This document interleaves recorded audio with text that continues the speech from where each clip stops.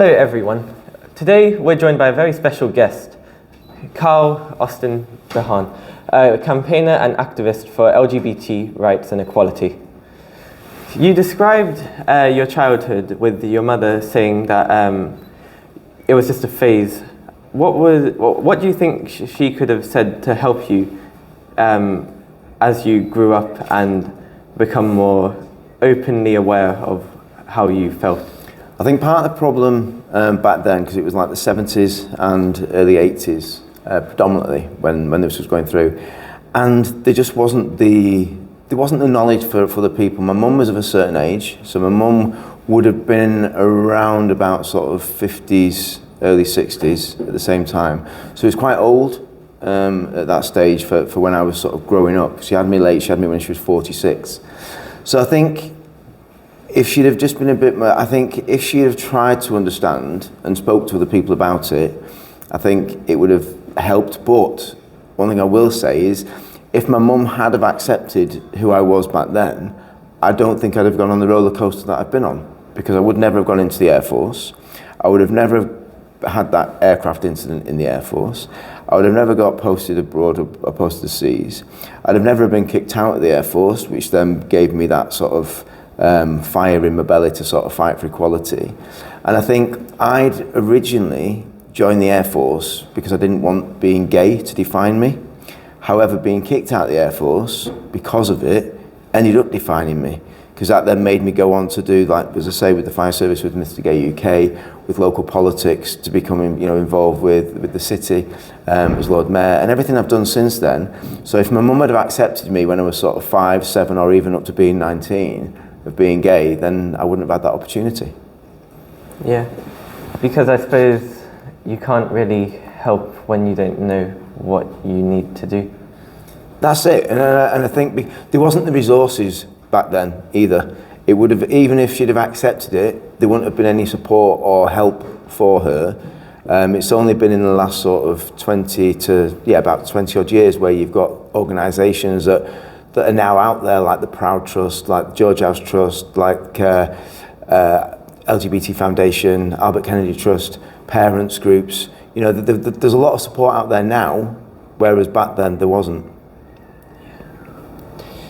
When you got kicked out of the Air Force, what was that like? Because you'd had such an enjoyable and unique experience in there, because you, for the 6 years you served, had to live somewhat of a double life.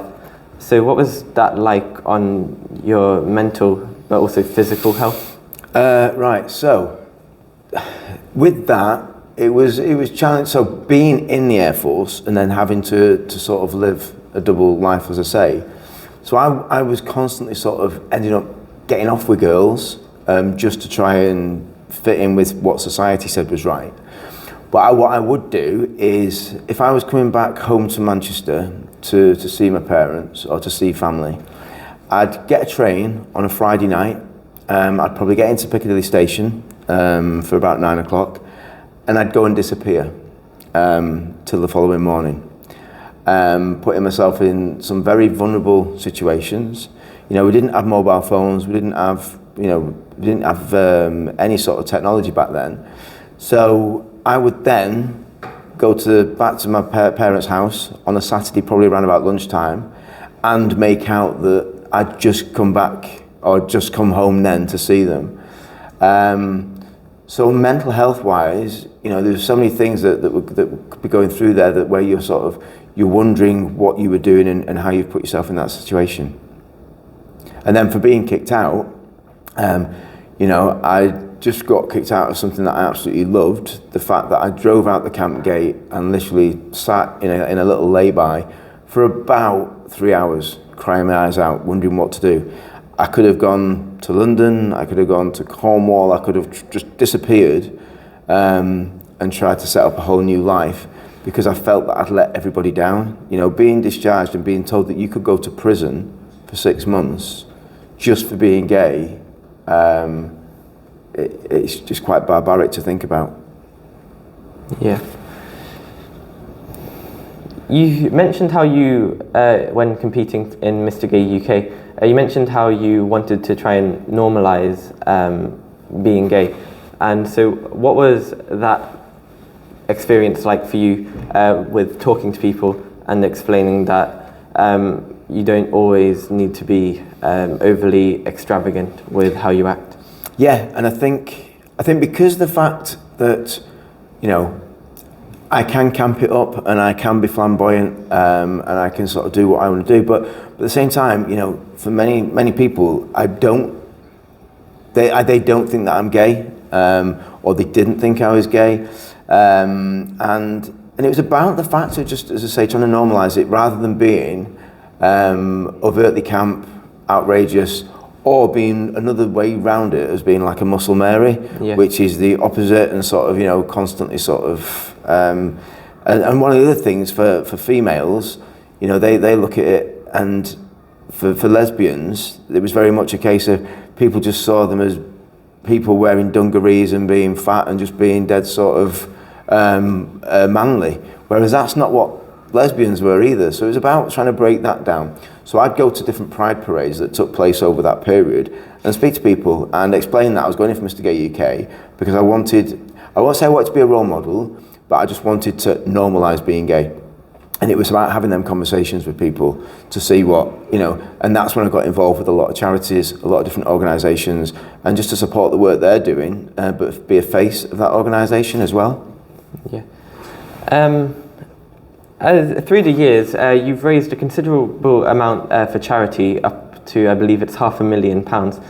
What feeling of accomplishment did you get when you got to that point? Because it would have allowed you to spread the message of LGBTQ equality to a lot more people. Well, I think the difference with some of the charity work that I've done, so the stuff I did as Lord Mayor, yes, we managed to, as going out there and sort of raising the awareness there, and we managed to raise £500,000 on various projects that I was working on. But then with projects like Mission Malawi, which was to go around to Malawi, and we were cycling and we were hiking and kayaking, and there was a team of us, and it was to raise money for HIV for the orphanages, and I did that twice. I was disappointed the second time I went back because I realised that some of the money that we were giving actually wasn't going for the charity it should be doing. It was more paying for the infrastructure of the admin of the charity. I did Everest Base Camp in 2013, 14 days climbing, doing that, and with that raised £25,000 with a group of us as well. But that was for raising money for Alzheimer's and dementia. My mum ended up getting vascular dementia and having Alzheimer's. She passed away in 2019. So it's not necessarily been raising money for just LGBT charities, although I do with Fighting with Pride and at the foundation. But it's about just feeling that, you know, there's something that you want to give back, and also the fact that, you know, that people supporting charities need to be able to sort of know that something's there for them. Before coming here, I had a conversation over at the credit union, which is on South Manchester Credit Union, and they support people with loans and to sort of get them through and to deal with people within their communities. And it's all about, if you can support someone in the best way you can, then I'm always about that. What do you think is your biggest achievement over the years? I think biggest achievement, I think, you know, I was really proud to be awarded with the OBE because of the fact that it wasn't just me, it's a collective. It's about the fact that all those people who have supported me over the years, letting me just do things. And to be fair, I'm very much left to my own devices. Yeah. And it's about the fact that you know, I couldn't have achieved it without the support of all the different organisations and the people who've supported me over the years, and just going, yeah, Carl, just get on with it and deal with it. Other massive achievements, obviously getting married to Simon and having Willow, our baby daughter, because that's not something that within certain people's lifetime that it would have been possible. But it is possible, and that's how we've managed to move forward. Just for everyone watching this, what advice would you give to them about if they're unsure of their sexuality? So if they're unsure about their sexuality, speak to someone. Don't keep it in. Don't hold back. You need to sort of be yourself, because you're only going to get the best out of someone if they can be themselves. I would also suggest that nobody feels pressured into coming out. I'd also say that people need to do it in their own terms and don't let anyone push you into that. I know that there's National Coming Out Day, which is a day where people do encourage that, but I don't. I don't think it's right to. I think people need to come out in their own terms and when they feel comfortable to be able to do that. Because otherwise, but being LGBTQ+, you're going to end up coming out on many times, or coming out to people many times, because through your life, just to explain who you are to people sometimes. So speak to people, get advice. There's plenty of organisations out there. As I say, something especially for younger people is the Proud Trust, 42nd Street, LGBT Foundation, Albert Kennedy Trust. But take advice. Think about who you really are, and accept who you are. And at the end of the day, it doesn't matter what race, what creed, what colour, what gender, what sexuality. We're all human beings at the end of the day, and it's about respecting each other. Okay, everyone, that has been Carl Austin-Behan, and I thank you for coming here and visiting us and giving us this interview. Thank you. Thank you.